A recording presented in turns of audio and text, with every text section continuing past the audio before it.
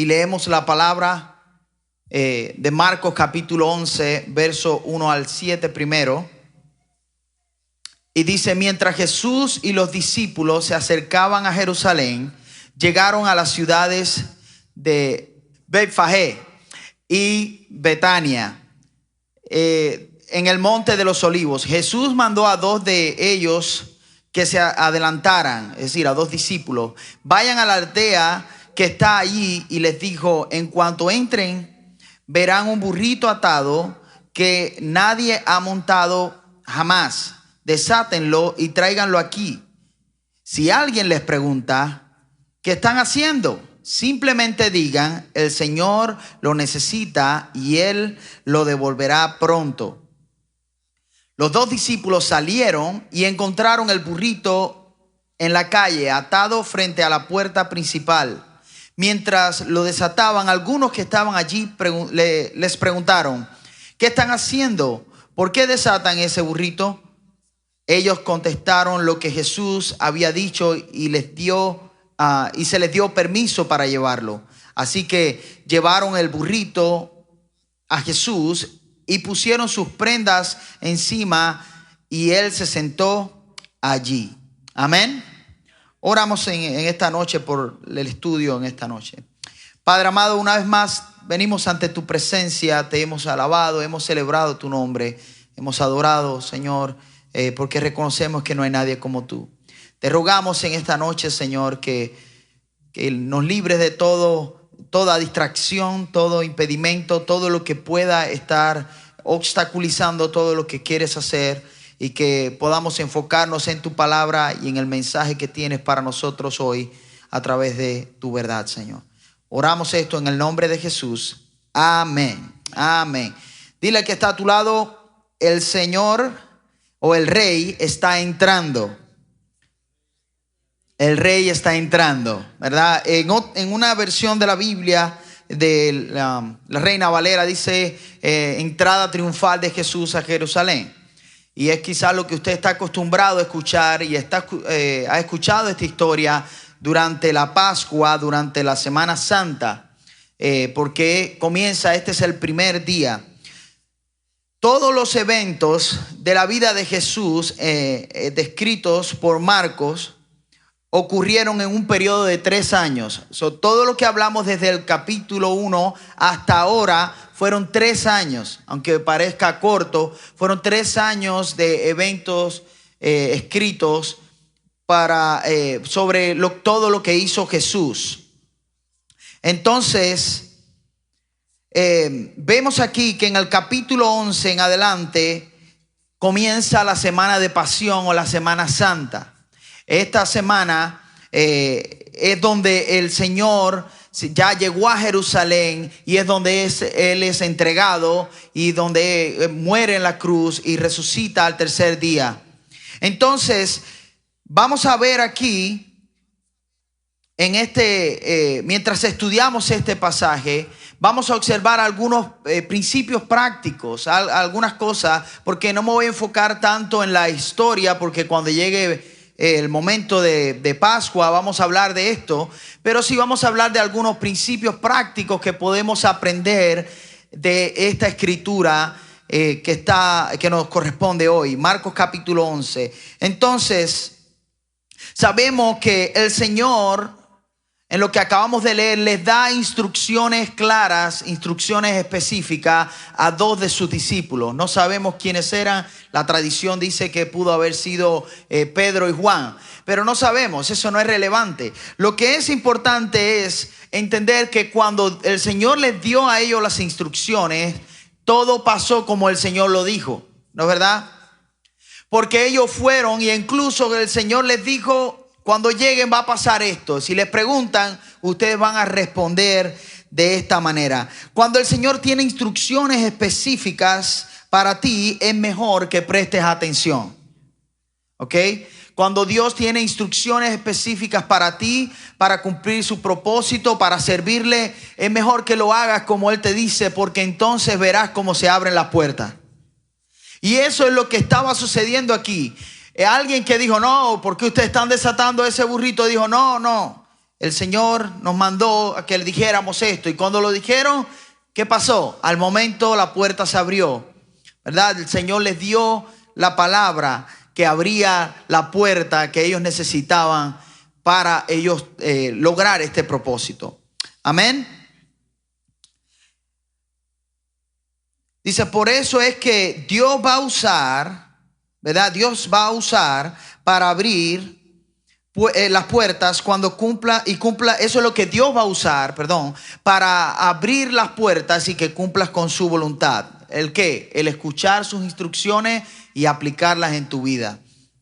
Entonces, la profecía estaba dada por los profetas y especialmente Zacarías. Esta profecía iba a cumplirse en ese momento.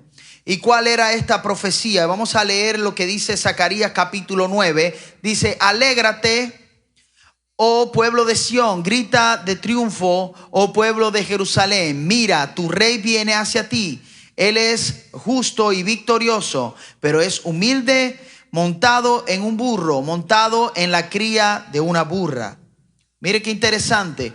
Muchos años antes, el profeta había profetizado esto acerca del Mesías. Y este momento específico es donde esa palabra se iba a cumplir. Sabemos que lo que Dios promete, Dios lo cumple. Y todo lo que el Señor establece es en el sí y en el amén. Es así. Y va a pasar, te guste o no. Lo creas tú o no lo creas, va a pasar. ¿Sabe? El que tú no creas algo no significa que eso no vaya a suceder. Porque si Dios dijo que iba a ser así, va a ser así, aunque no te guste. Pero es interesante que el Señor ese día estaba cumpliendo con esa profecía. Y una vez más estaba afirmando de que Él era el Mesías, el Rey de gloria, que iba a venir. ¿Para qué? Para salvar a los oprimidos, para salvar a aquellos esclavizados por el pecado, para salvarnos a ti y a mí que estamos incluidos en eso porque estábamos muertos en delitos y pecados, pero por lo que hizo Cristo, hoy tenemos victoria, hoy tenemos esperanza. Amén. Entonces, lo que estaba profetizado vino a cumplimiento, aunque a los ojos de muchos no parecía una entrada triunfal de un rey. Y mire, presta atención porque vamos a entrar en estos principios bien rápido. Los reyes en aquellos tiempos montaban sobre caballos de guerra que representaban dominio, autoridad, poder, etc. A ningún rey, ningún emperador romano, nadie se le ocurría venir montado sobre un burrito. Porque ellos dirían, la gente se va a reír de mí. Ellos pensarían que eso no representaba poder, que eso no representaba fuerza. Sin embargo, el Señor Jesús vino montado en un burrito, el Rey de Reyes y el Señor de los Señores. Pero ahora vemos al Mesías prometido en un burrito. Pero no solo eso, sino que era un pollino, era un burrito joven. Un burrito que nadie había montado. Significa que este burrito ni siquiera tenía experiencia. Usted se imagina eso, ¿verdad? Ni siquiera tenía experiencia. Aunque no tenía experiencia, era útil para Dios y el cumplimiento de su voluntad. El hombre nunca hubiera escogido un animal como ese para una entrada tan gloriosa, pues un burrito no hubiera sido ni una posibilidad. Pero recordemos que en este mundo la gente presume de las cosas que tienes, de la imagen que reflejan ante los demás para sentirse respetados, para sentirse con autoridad. Ellos presumen de las cosas que tienen. Pero Jesús no necesita nada de eso, porque Él es el Todopoderoso, Él es el Rey de gloria. Él no necesita un caballo para demostrar que Él es el Rey. Él no necesitaba demostrarle a nadie nada porque Él es el creador del universo. Me impresiona lo que dice Pablo en la carta a Colosenses cuando dice: Cristo es la imagen visible del Dios invisible. Él dice, Él ya existía antes de que todas las cosas fueran creadas. Él es el supremo sobre toda la creación, porque por medio de Él, Dios creó todo lo que existe en los lugares celestiales y en la tierra. Hizo las cosas que podemos ver como las que no podemos ver, tales como tronos, reinos, gobernantes y autoridades del mundo invisible. Todo fue creado por medio de Él y para Él. Denle un aplauso al Señor por eso. ¿Se da cuenta cómo la vanidad del hombre en la mente del hombre es tan vana? Cómo a veces presumimos de cosas. Y el Señor, el Rey de Gloria, vino tan humilde, montado sobre un burrito, porque decía, esto no me da mi identidad. Las cosas que tú tienes no te dan tu identidad. El tener un buen carro, el tener una buena casa, eso no te dan una buena identidad.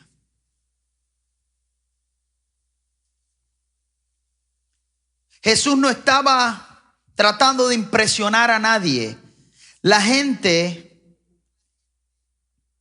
Jesús no estaba tratando de impresionar a la gente. Dice, con una actuación de demostración o de poder. Él quería cumplir su palabra.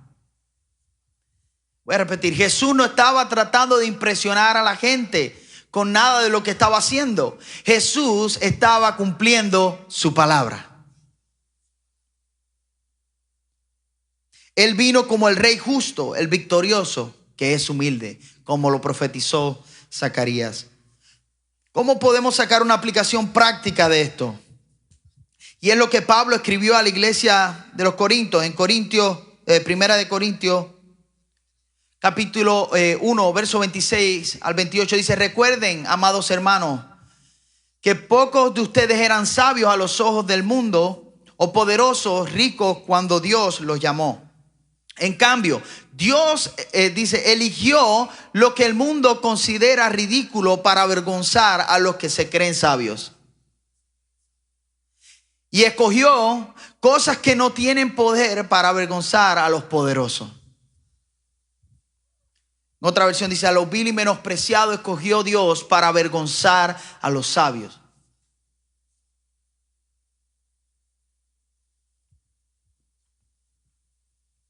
Quizás tú te sientes que tú no tienes experiencia para servir a Dios.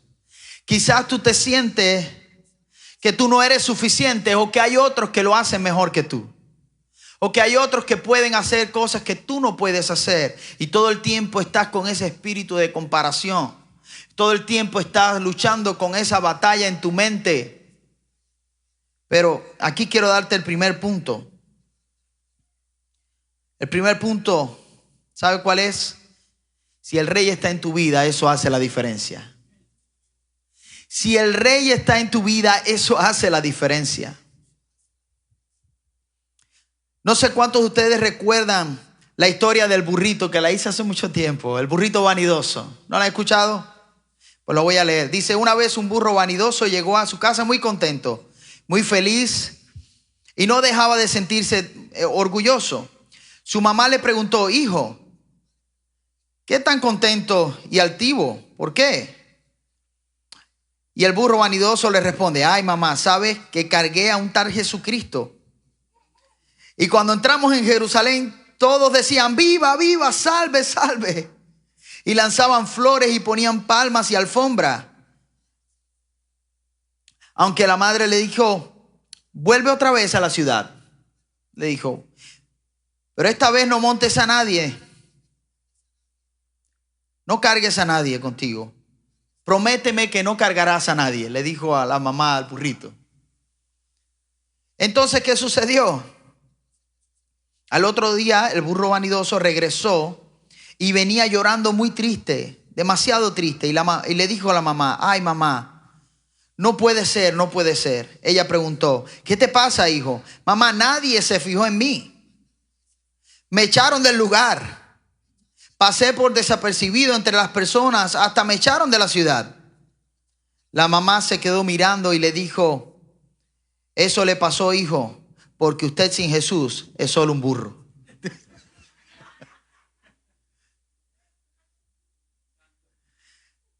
Sin el Señor no somos nada. Absolutamente nada. Amén. Por eso, si quieres servir a Dios y ser usado, tienes que estar con Él. No trates de hacer las cosas basado en tu propio consejo o sabiduría, sino en seguir sus instrucciones y siempre estar cerca del Rey. Amén. Así que no se trata de lo que tú puedes hacer por tus propios esfuerzos o habilidades, sino de lo que Cristo puede hacer a través de ti. ¿Quién se iba a imaginar que este burrito sin experiencia, que nadie lo había montado, iba a ocupar este lugar que solamente, imagínense, cargar al Rey de Gloria, al Creador del cielo y de la tierra, del universo? Iba a ser usado de esta manera. Quizás tú no tienes ni idea de la manera en que Dios puede usar tu vida cuando tú rindes tu corazón a Él y le dices: heme aquí, Señor. Tú no tienes ni la menor idea de todo lo que Dios puede hacer a través de tu vida. Pero si tú dependes en tu propia sabiduría y dices: no, yo lo que necesito es ir al seminario, pues vaya al seminario. Hay mucha gente que tiene más grado que un termómetro y no hace nada. Pero si tienes a Cristo en tu vida, eso hace la diferencia. Y yo no estoy diciendo que estudiar en el seminario sea malo. Usted debe prepararse y poner de su parte, pero no depende en su propia sabiduría, depende en que aquel que todo lo puede. En ese que puede hacer las cosas posibles. Ese que cuando Él habla, las puertas se abren. Y cuando Él dice cerrado, Él cierra.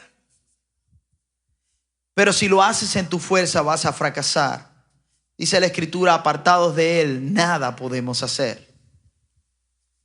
Seguimos en el verso del 8 al 10. Dice: muchos de la multitud tendían sus prendas sobre el camino delante de Él, y otros extendían ramas frondosas que habían cortado de los campos. Jesús estaba en el centro de la procesión, y la gente que lo rodeaba gritaba: alaben a Dios. Bendiciones al que viene en el nombre del Señor. Bendiciones al reino que viene, el reino de nuestro antepasado David. Alaben a Dios en el cielo más alto. Otra versión dice: gloria a Dios en las alturas. Amén. También esto fue profetizado en el Salmo 118. Verso 25 y 26 dice: te rogamos, oh Señor, por favor, sálvanos. Te rogamos, por favor, Señor, haznos triunfar. Bendigan el que viene en el nombre del Señor. Desde la casa del Señor lo bendecimos. Amén. Otra vez el cumplimiento de la palabra de Dios.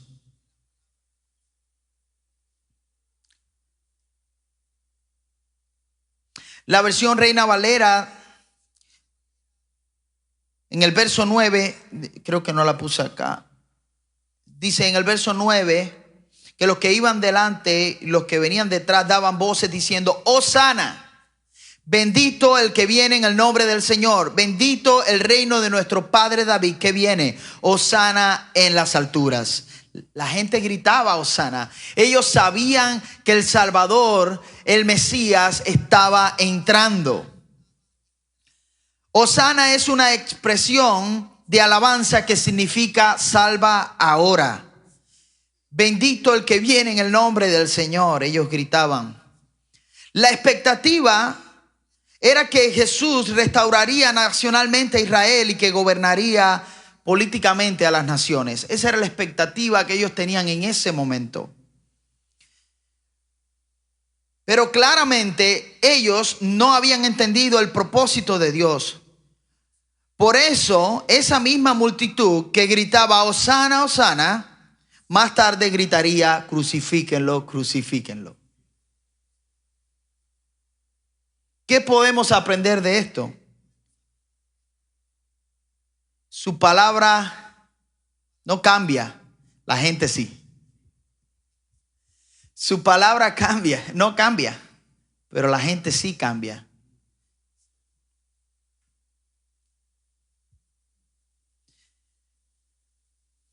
¿Está tu expectativa fundada en lo que Dios dice en su palabra o en lo que tú piensas que dice? ¿Está tu expectativa fundada en lo que tú piensas que dice la palabra o en lo que realmente dice la palabra? ¿Está tu expectativa fundada en lo que otros dicen que dice la Biblia? ¿O es una experiencia personal que tú estás teniendo al estudiar la palabra de Dios?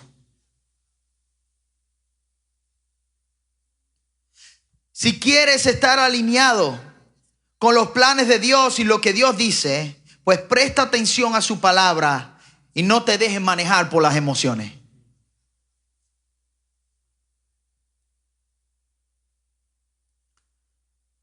Si tu fundamento es las emociones, serás como esta multitud. Un día vas a gritar Hosana y otro día crucifíquenlo.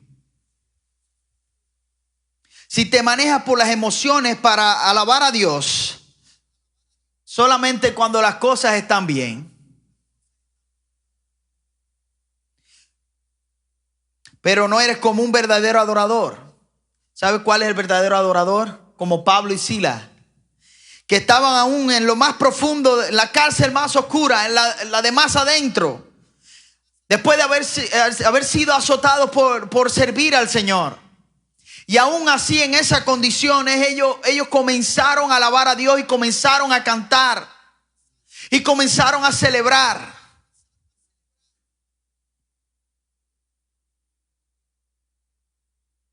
Hay un corito que dice, alabar a Dios. Ayúdame, Nori. Mira. Alabar a Dios cuando en la vida no hay problema. A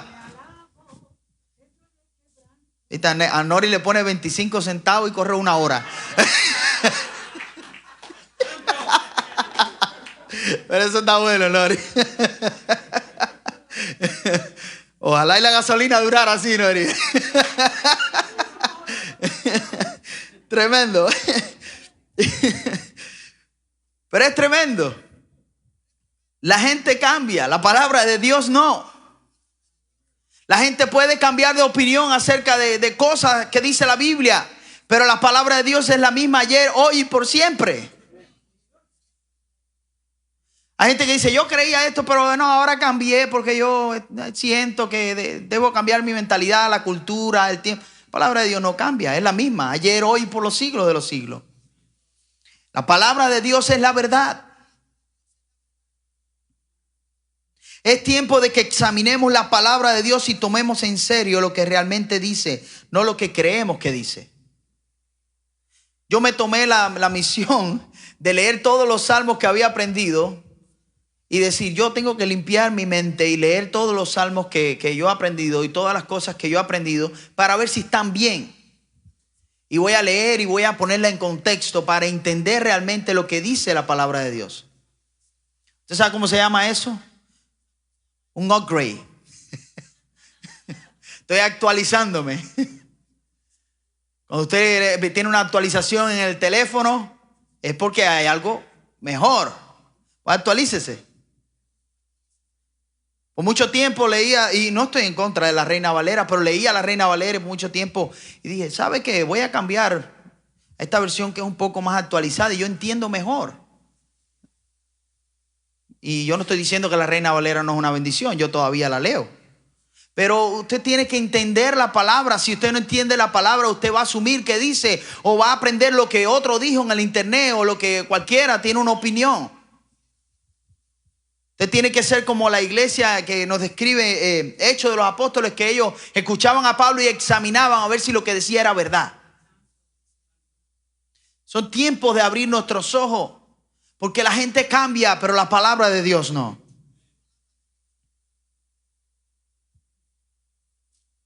Mira lo que dice Salmo 119, verso 60. Y de hecho, este salmo le llaman como una poesía a la palabra de Dios. Y es el salmo más largo, ¿verdad?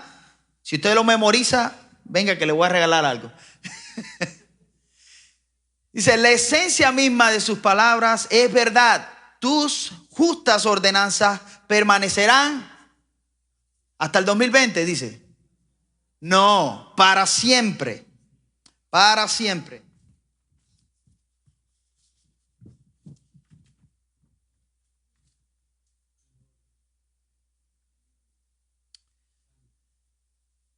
Esta semana vi un video de un influencer, de alguien, ¿sabe qué es un influencer? Una persona que hace redes sociales y da sus opiniones acerca de algo, de algún tema, y él hace debates sobre temas muy conflictivos que vivimos hoy en día. Temas políticos, temas religiosos, de todo hace este hombre. Y me llama la atención que él decía que estaba hablando de un tema muy controversial hace un tiempo, y que muchas personas se le acercaron y le expresaron que no estaban de acuerdo con él 100%, pero que en la manera que habló del tema fue tan apasionado, tan emocionante, que ellos no se sentían mal, no se sentían ofendidos. Y yo me ponía a analizar esto y yo decía, hay gente que tiene buenas características como speakers, como gente que puede comunicarse muy bien. Pero no significa porque digan las cosas con rima y todo pegue y todo luzca bien, que están correctos en la verdad de Dios.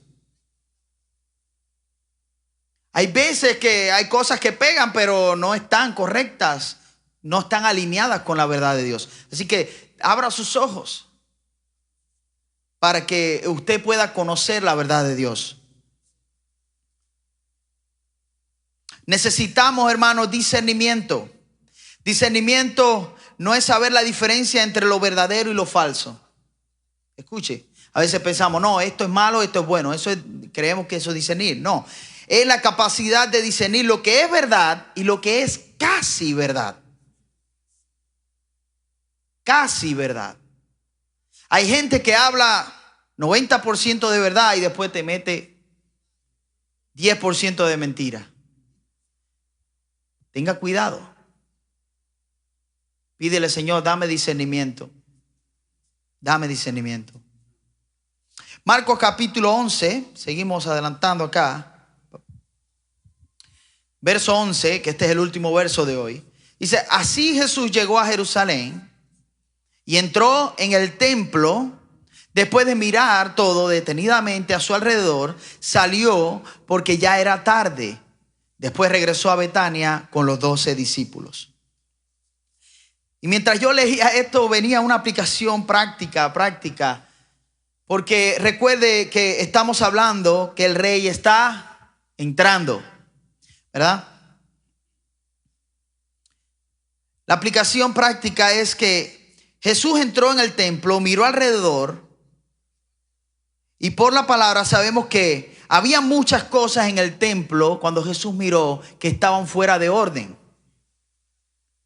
No todo estaba bien.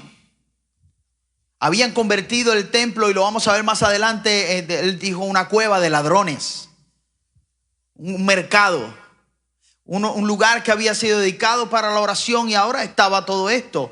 Y Jesús llega al templo, mira alrededor, inspecciona y se va. Y sabemos que el Señor miró simplemente alrededor y se fue.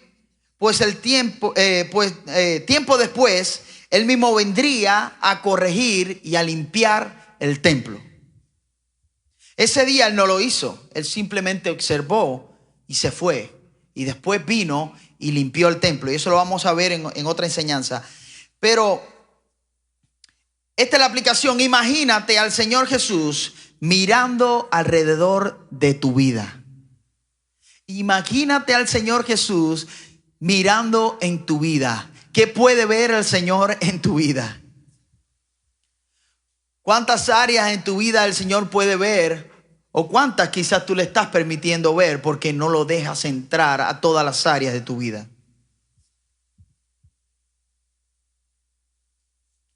Permite que el Rey entre y examine tu vida. Dile que está a tu lado, permite que el Señor examine tu vida.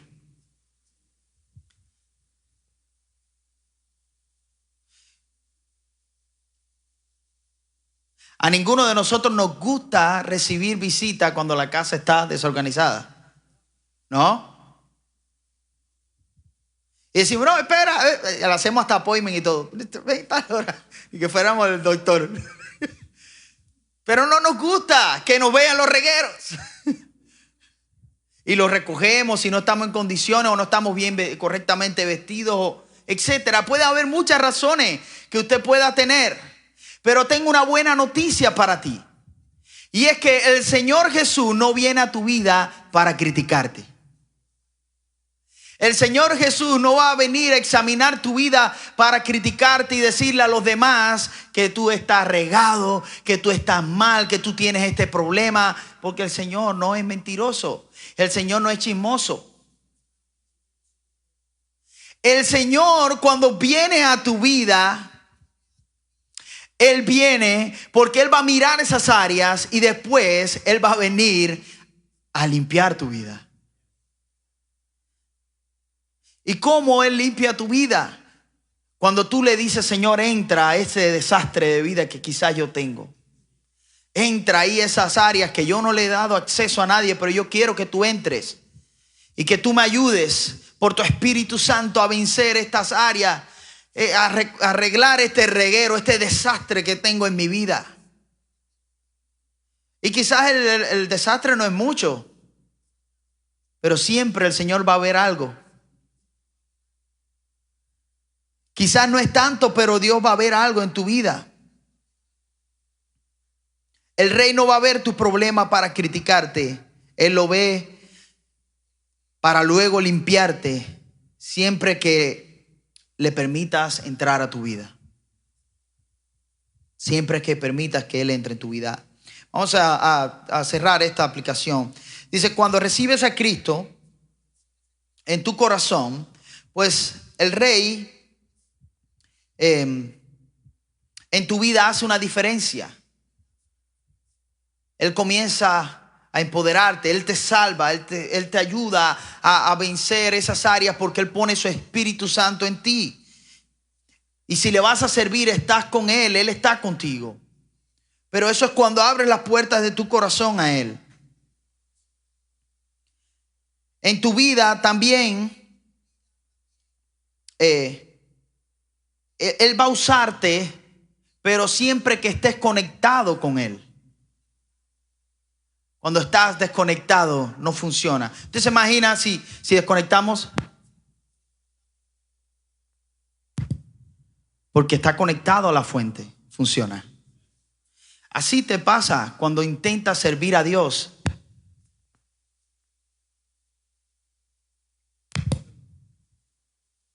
Y no estás conectado.